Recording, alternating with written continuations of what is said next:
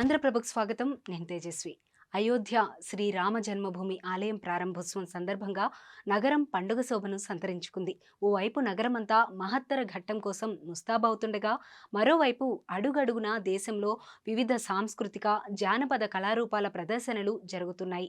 ఆయా రాష్ట్రాలకు చెందిన ప్రత్యేక కళారూపాల ప్రదర్శనలు అయోధ్యకు విచ్చేస్తున్న భక్తులను ఆకట్టుకుంటున్నాయి.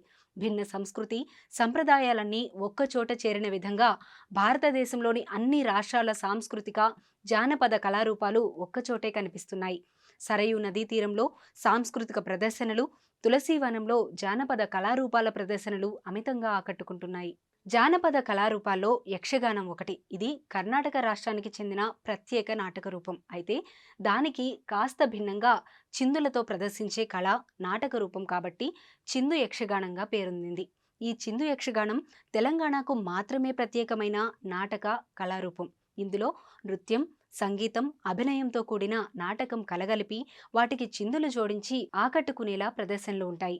ఎక్కువగా భాగవతంలోని అంశాలతో ప్రదర్శనలు ఉంటాయి కాబట్టి దీన్ని చిందు భాగవతం అని కూడా వ్యవహరిస్తారు. ఇది క్రీస్తు పూర్వం 2వ శతాబ్దం నుంచే ఉన్న కళ. అయితే ఆధునిక సమాజంలో సినిమా రంగం నాటుకుపోయిన తర్వాత అనేక కళలు అంతరించిపోతుండగా ఆ జాబితాలో ఈ చిందు యక్షగానం కూడా చేరింది. ఈ కళనే తమ కులవృత్తిగా మార్చుకొని జీవనం సాగిస్తున్న ఓ కులం జీవనోపాధిని కోల్పోయింది.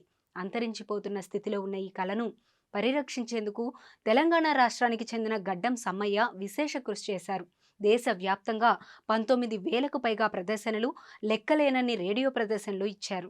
ఆ బృందానికి అయోధ్య నుంచి ఆహ్వానం అందడంతో సోమవారం అయోధ్యకు చేరుకొని ప్రదర్శనలు ఇవ్వడం ప్రారంభించారు. గత 2 రోజులుగా ఈ ప్రదర్శనలు జరుగుతున్నాయి. సోమవారం సీతారామచంద్రుల అరణ్యవాసం ఇతివృత్తంగా యక్షగానాన్ని ప్రదర్శించగా, మంగళవారం మహిరావణ గాథను ఇతివృత్తంగా చేసుకుని ప్రదర్శన చేశారు. భాష తెలియకపోయినా సరే సంగీతం, నృత్యం, అభినయం, నాటకంతో పాటు చిందులు కలగలిపిన ఈ వైవిధ్య కళారూపం అందరినీ ఆకట్టుకుంది. అయోధ్యకు వచ్చిన తెలుగు భక్తులు, యాత్రికులు కూడా ఈ ప్రదర్శనలు చూసి హర్షం వ్యక్తం చేశారు.